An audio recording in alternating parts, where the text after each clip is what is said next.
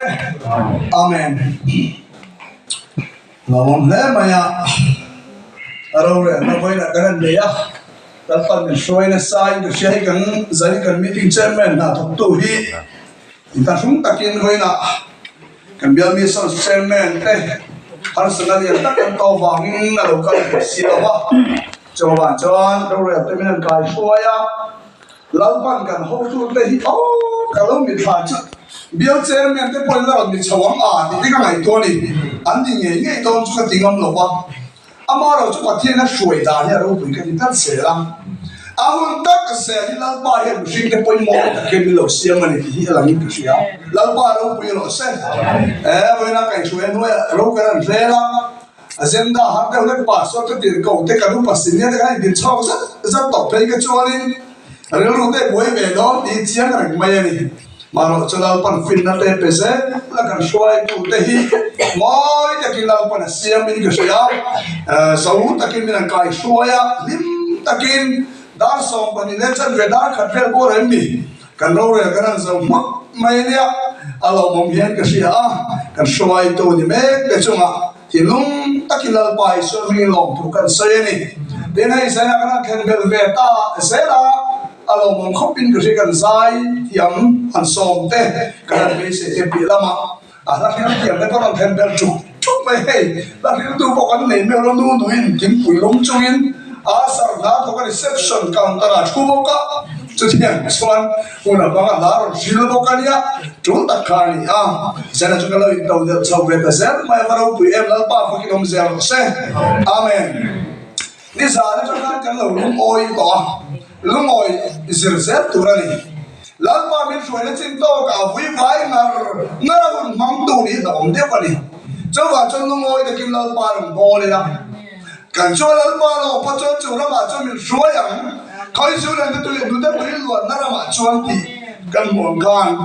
lalpa kan chu ma lo ma ke ni po lalpa chu kan lo put chuan kan be se pi lam tlang sang Lord na mule bal so na tang sang alat ban min chuan chuan pui do ni hallelujah amen chuan chu kan hian to le dai chin to ma hian than ngai tak chung si in mala ba ti lom te ban zel chung si in lom chu la par mo bi kan so mani ti chuan ai kan pi wa di da mai o te po ni sa ka lo soi tel si lo ma se ni chu soi lo ma la soi sai ngai thon ka ri nga kan mi tu kham ni sa ka kan soi to soi tí là cái soi làm cái buốt ta cái mà phòng phòng ạ này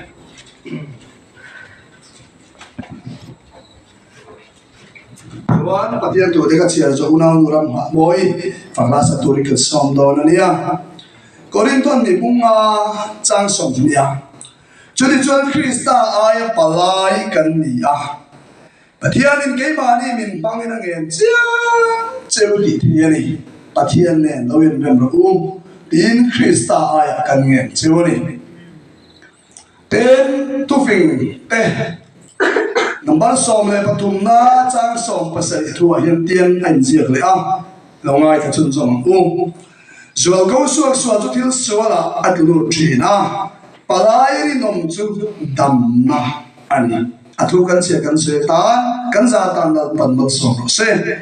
amen le chu le asia lo chung chang ni sana kan lo se ya kapa chuan sabeng tung bo ngai tu thu hian ke ba ni so ka som tu so ki min ngai tu pa la ngai ki rang ti do kan za kan lo se ni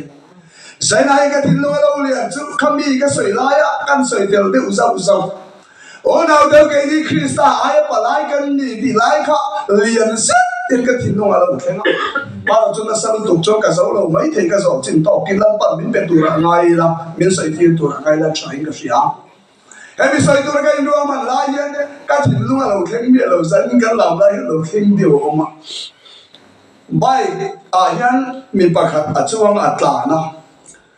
a thian de khuwa tan pel don lai tak hian Helai kuai cái chuyện bao ông về ta kia thì nó cũng chung hiền ăn tàn tiền hồi bôi nó tụ phật lâu hiền mà sẽ công ty là hiền anh ấy anh lộc ăn bọn này lên rồi nó chuyện bà khao lâu mà bọn đều phê phiền tán bà hiền hiền tán quá cái chuyện thế là na chung hành đi ta lên rồi chứ năm ta mô mà cái thằng liền ta liam đều lại về bỏ ra cho chuyện ba khăn khá sọ tụ khá chuyện ba này thì sẽ về thấu sĩ hiến điên lâu mà sẽ sang ok chú cả tao mà sẽ đi mình đang cần đủ thì thì mà sẽ tan liam sau khá nó sọ nó khá chuyện ba đi nghe cha thì làm ngày tôi là tan liam rồi mất đó chuyện ba con sang về nên là sẽ bốc xí em mà ngày tôi chiên rồi hết alo mà đi chứ rất là mình bài cái hình tàn bền bá in bi hạt chừng anh chị vâng là liên hệ với in tàn bền quá ta in đâm tàn mòn cái chụp cho xí lâu cái tàn dễ lắm anh chị em quay lâu cái mà cái đâm mà sẽ đi mình đã cắn một tí anh chị em bao cái chiang này sáng chuông alo mà mình đi chú anh chị biết là bằng mà sẽ chuyện bài nó chán nó khá là chiang tất lộ tám điểm chủ yếu bên đó, ok chúng ta trả tỷ lại tế khả đông sông anh hiểu chú sông khả đông sông kim lâu vàng khán chuyện qua thì lung đã tụt bộ ngày tụt đâu hết lâu mà mình chứ anh kết luận điểm mình chứ giả thang cái rồi nên mình đã cắt tụt thiên thì cả tổ khả năng nó chuyện có là sấy tiêu tiếng sẽ tổ lồng ra này hết chiang em bằng khá thì hai lâu mà mình chân tem tan về buốt mà chút tiếng ăn chi lông bỏ tụi chúng ta mình ăn tắm không mấy lần bao giờ về đến ngay trong xin lần bao giờ nên chia ra nua mình đi về cắt tá tiếng thì đi xong van qua lại tôi cần đi xem van trong những trang tâm tổ để suốt khi sao đâu có tôi chúng ta phải ta kiến cần thiết bị Philippines bung thung trang sống cái mong mỗi mấy cái đi phân biệt cái là xem rồi là cần ta chuyện cái công bao này cần nào mà lớn hơn cái cả hết tôi cho mỗi cái lo mỗi chú mỗi mà sẽ phát triển nhưng nó mấy cái fake cái gì nên thầy xuống theo chơi nên đi luôn ngồi theo là phát qua đây tôi cần đi ăn đi chú mỗi mà vàng hiến mi tên anh mà đi ta tu ra lâu hầu về chẳng mấy Pentecost mi tên ta tu cho anh ngay reng rồi mấy anh mà đi ta anh ở bom về mất cái gì là đi chú mà sẽ làm bao cái nghe lâu khen song làm bao ta đi tu ra tan công mình luôn sao mà làm bao thu cha rong buôn xóa khá anh đi vào cái kim trang lâu khán anh lâu về đi mất đó chuyện bay cha mò tan niệm buồn ok chú các cha mà sẽ đi mình cái lũ thì lại gan sẽ khen mình sẽ chú khá bay cái tan niệm buồn khan chan đã đi tới chuyện bay về tụi nó mà sẽ phải kim trang lâu tất cả em mà sẽ là vin đi mấy anh để mà xong sẽ về xin mà sẽ kim trang sẽ xin lâu khan chuyện bay lũ thì cái lòng tạc vàng qua là vin lòng ông mình chỉ đi làm trang liền cả cho tiền được chúng ta mà hiện miền tâm không mấy lần ba đồng bồn ta cái thông đó lần ba ta là kể cái biển đón tiền của sẽ hiện và cắm tiền lưu em anh mà đi trong lần ba thu giúp chia đó anh có một tí điều gì mà lộn nan đấy sẽ về điều gì đi Indonesia mà sẽ lần ba sau khi thu cho mình lụt xóa tung đàn anh mà ta đi tụi mình có tung đàn mình xuôi tung đàn trong một music luộc xí là mà lần ba đồng bồn tụi nó ăn miền lông thì về rồi mà ta lần ba duy hiện tầm đó tụi jadi laika na chon kay niya kilan pa kung ay naasara ko ito nila kung nga sang sumigan siya ng sekhan kay ni su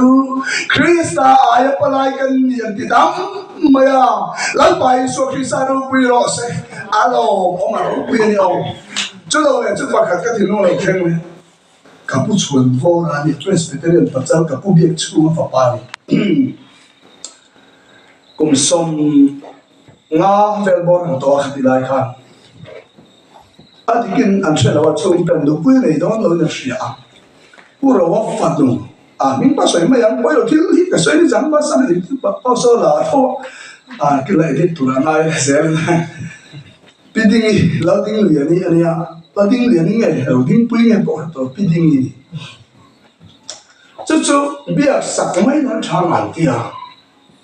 an soi mai chu a sa tha an sin kanu le ka pa ting ka shia lo ting lo so blai ta ke ama der kan si lo mo no pui nei tur der kan pui memorial shia da khan an pui duran sama ni ti alo shia lo re nga ta chon san tin mai hen ting ite chu chu len chil ve chu ri ve chin shia chen ko min ni kong ve cho đi lại cho nên mà sẽ lo sa na cho tai qualify ta chon ting ite na chon san da le ve po la lên tu le zu kan le ka da kam em bảo đây là vậy, thì có lẽ trở về cái cuộc này, sẽ chút đây đó, azu di suwa ni masen luwa chunle ngoro vora lu isum de lu watika soyang antia ane soy chau tamai chule ama fian mia lo yan ama ku chuan vora tu pui turata na kan digi kan lo su lem chili lo su ya asaka sada chabili ama ta na kan ka me chen la ka an lo su rim ka lo ya a re no poi tur sang tu lal pai so Krista khan an poi tu de sang tu rin pala ya ke ni pom bin tir ka ti kan lo ma se man sang sang ya tir lo itu ma man lo tir lo lal pai so Krista no poi tu ta na I so Krista ta tu ta na tu de mo bo ga sang ve tu di ngai tam ta ki mo I so na se lo re Kapu chuan orang anu pui turan lo song ve di ka pe lo re anu pui turan ta na palai na su dong tu de le kan su le ve rong bol ve ni ngai ni tam ta ka ma ma se nu pui tur song turan ti tu I so pia pui si lo rong bol tun tam lo to pia tu jadi raya chun mau ke ni tu lal pa ko mai na sar kan ti se mai te am ke wan ni chade bang po ni lo vin selo sele ma changa so le bol lo ken fai tu khur lo lam chua siba so mi dam na ni so mi baptisma chana tu khura in bol fai to a thi nan pu so ti se na pu ma nan pu so ki san mi baptisma cha in pu ma so pu mo to nun tar kai tho ma tar au ti rim dong kan ni nu a yan lal pa I so so kin ama yo palai na turin itling min tiveta hallelujah afiat puirang bholto amayo palai na to kan puitu te sang turin bolo de chanchunga ke penarang bol turilal pan mil lo tin tirta ni chu hallelujah pai so ro puiro se kai ye poi mo le tin ka sia dik tak chuan I so hiet puilo bolo song ve ringot anu puitu ra ta na mi te lo song ve ringot tiang tam sia chiang nu tu ka lo ma thai bung so panga chang liet a hinan hemi deu hinan ka in min choi moi an an bong sal tu mo an tin lo ro chon min laksi en police lan sir tin am sing tu pe kan sir tir china wangin an bi biak chin hi at ho na ni ti chawan chun lal pai so Krista she pui lo rong bo tu om thei don ta I so Krista she pui si lo ba I so nu pui tu ka song ti a rong lo bol ve bol hi an om don ti a chim jadi rai kana chon ke ni cho zakare bung som le patum chang ka kan muang khan chami ne chon so le bol lo ten fight an davida chung tele Jerusalem lo tu den na tu khur hon lo bang ti ka kan mo ti ro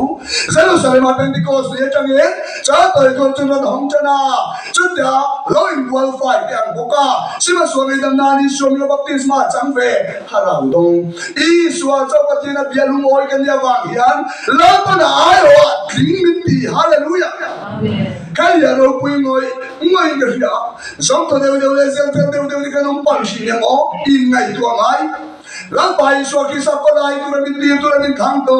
ko ve la fing so le sang so te kan se la nang le ke ki min pom tu mo kan la ka lo men tu ni in bi chi na ngai ni palai min di tu na ti tu ho min ken di te khamo ngai ko nan fo ngai chin Iso ki sa mi so le dam da baptisma chung chang sai le ko le dam so ka lo tin siam song song the chan chin cha shi lo a ding a baptisma chang chan dam in no mang ti thu soi lai de hian in tin ve de chi ke pol ka tin ve de chi chang chu din pong zen ten ma se le ven chal huai tu soi ka ren chi na Emi tu chan dam chan chin cha lan pan thu min pe kan au pui tu min shiat ti ra hi kan puan don lai hian iu pi si pastor mui phun ngai tua su ti le le va tu ne song song ne tu Isu Krista mui phun zo kha Olive lang cha va na lon don la ya choi Isu Krista mui phun zo kha ni la Isu Krista mui phun ka rin na mi te kan khir ta chuan huai ta kin lal pa tu tu ro pui ta a chan chi te fam ki kan puan the ka ka pom khop mai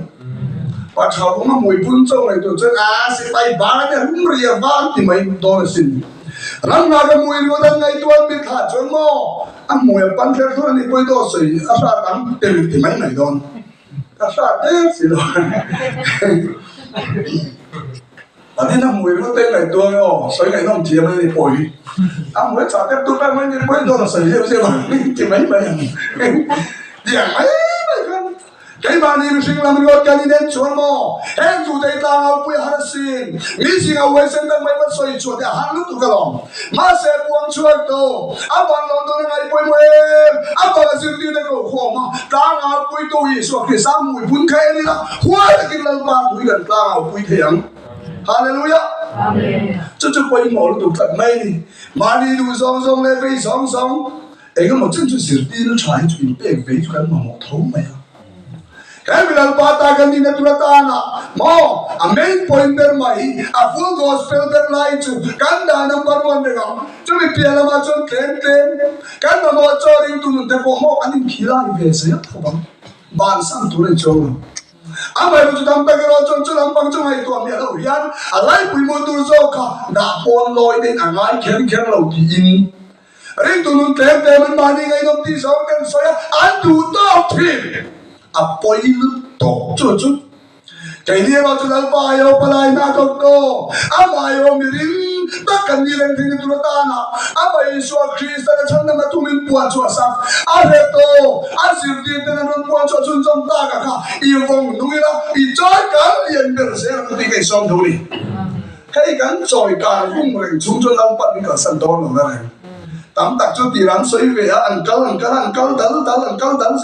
sẽ là anh đưa bắt tiền tung ai đông răng xoay về mấy chuyện à lỡ ba đun lồng tụ sang này chỉ là mấy chuyện cho là ông em anh thì ăn xoay đủ bốc cái này sai là hiền cái ngày tuần nào cho lại chăm sẻ cái đó cho chiang mầm lệ lỡ tàn bã ô alo mà mình chút tiếng mất ăn đều khăn ý số ô lại thu mình trả về bỏ hết chiang phong kim bằng xí đó buông về mất cái cầu cà này cái này chúng ta phải xuống cái sao chúng nó vui tăng mày à anh thì cầm tiền đến đâu năm bao giờ ta ngắt tụ cái này nó vàng hiền anh mà ai ở tổ đến chắc đầu tiên cái này chúng con sao đến thế này lăn pan mình là có mà này mà này lăn pa nó quý lắm cái gì quay một cái gì muốn nào đâu tiếng nghe xoay dòng cái rồi bắt đầu để tuân với thuần thủ hi mà đi gần thêm chúng thuần là có sấy à cái thuần thủ hi mình sống thuần thủ này na Bible is here. At sa akong room may ate ka room. Mà sẽ chỉ bốc xí là tu là chọn. Trong có sự ngay là sẽ làm bùi à. Rồi có lẽ tôi muốn mai cái sự cả là phun chia đâu là sẽ cắt sét cái này. Anh mà em lại phun chia rồi thì mình ăn ngâm là vắng thì đâu vàng in phun chia nên là khan rồi có lần nghe là phăng luồng in mỏ là sợi. Mình có các chia tầm tiêu long này chúng là con chú bán cái sắp lề mềm thì thì cái tăng bàn người chặt khóc xí lại cái tung cho cái gì khát khóc nó tiếng cái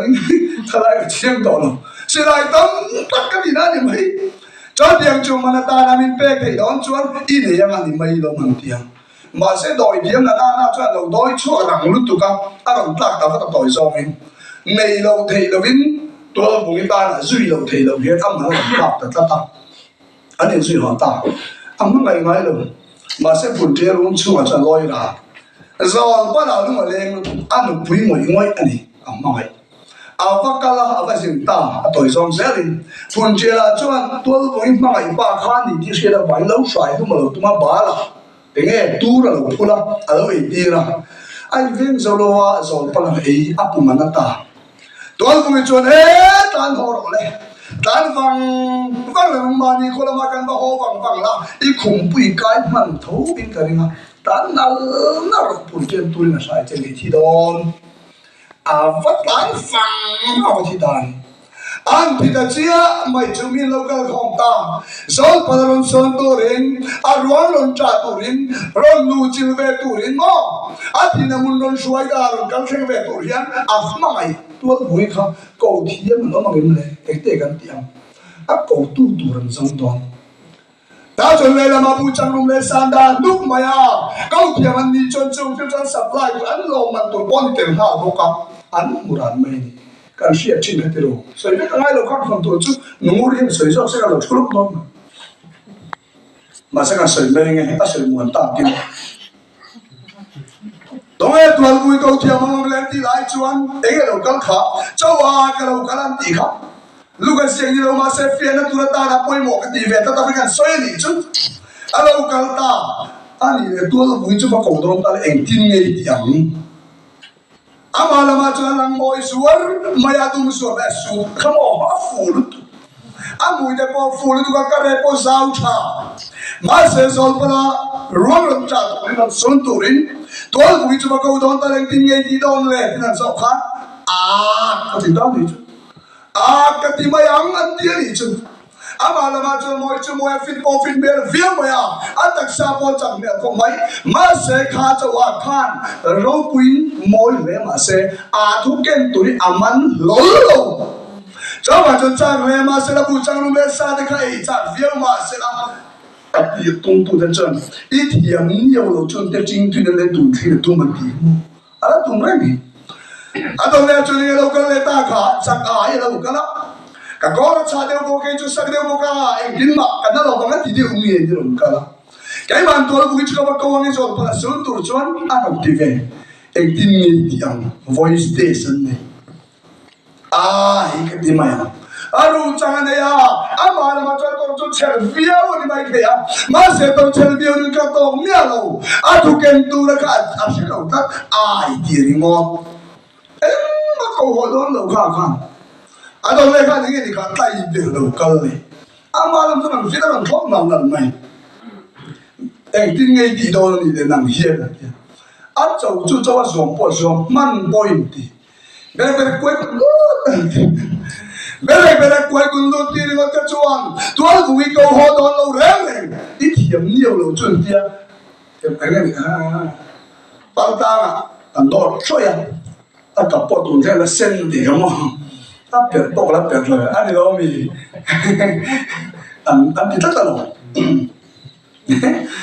rồi xong cái chuyện mà đi to cái chuyện phi đăng tin viếng mà ya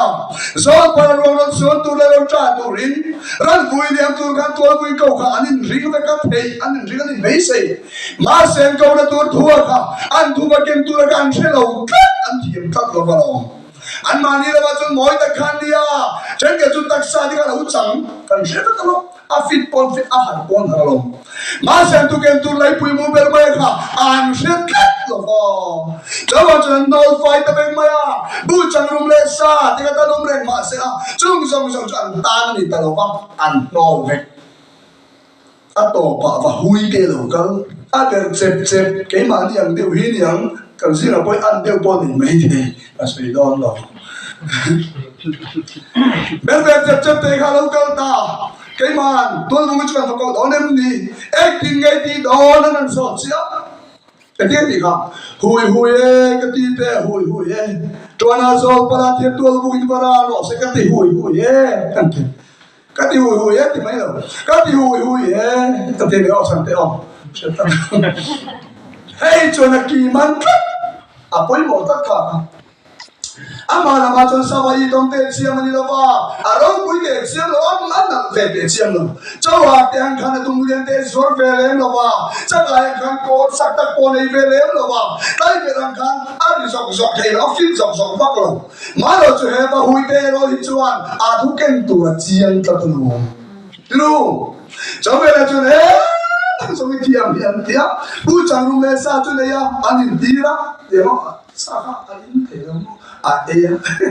mẹ ô anh này buộc tiêm nên nó là không cầu tăng tôi muốn cái thằng túi người tám đi tôi muốn cái thằng bua ở cái phủ á ở cái sai cả ra đàn này đi hôi cái tí thế hôi cho nó xong bà thì á tôi muốn cái ra nó sẽ cái tí hôi anh thì cho cái rồi còn quỷ cho thiên ta đi mò anh tiếc đi hả akal na turata na tao tu tam ta kong kan sa dek lai chu tu to ni lap tiang hela ya yang ka tin lung lai ka lai ton ram min ne de tuong kan damarang bol na tam ta kan ma chon to de ro tv han chu chin te u sar mo na pentecost mi sar mo ai chon cos lo mi sar mo tam so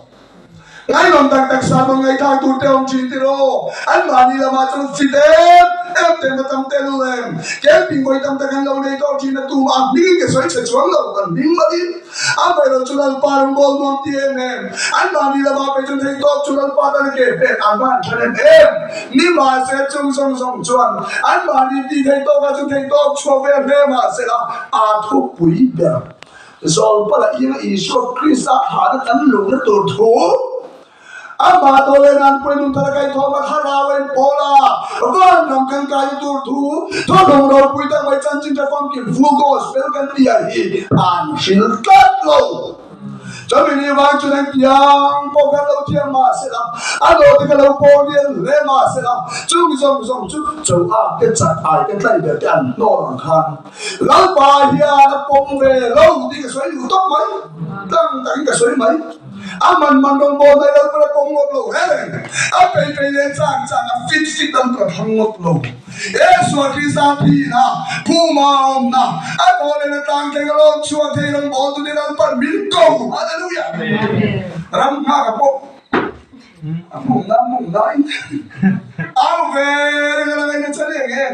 cái gì câu đi là thì cái bao sợi tay nó sẽ là rồi chắc sầu cắn lộn thế này trong bao sầu sẽ nó mà nhìn cái này cái là lộn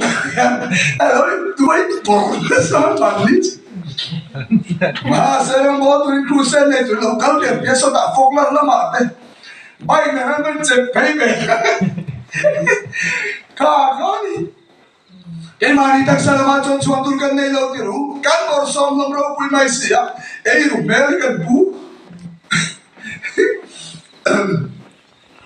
cho nên cái này chúng cho lần bài không ai nói ra là alo không alo bùi cái gì lại là cái chúng lần bài số cái sao thì nằm phu mong để thôi là chân chính cha ta bùi tổ để gì nè lần bài mình phong tin về à lần bài số cái sao này mình để quay thành tụi nó phải ai đã thuộc tuần tin mình phong cái alo bùi cái gì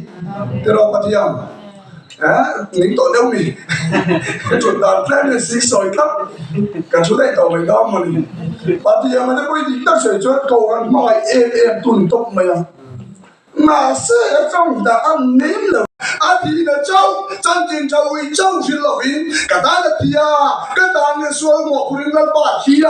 chứ mà chân linh mấy đầu tiên nó chân chính trả thì nó ăn sợi về đi là cả đám có chuột tổ tao là vắng mà sẽ chân chính là phong kim tích tăng mày à chắc là ta chung quanh con sống ta chung quanh ta à vui chứ là vàng ý lần qua nào mà ai ở bảo lại mình ăn kiếm đi là đi mà nè kan nung na bolan pan minan venin saka kan chalo sol ben lai pen pen khoi ku chakin min kuang ku ta hallelujah hallelujah isu lo pui ro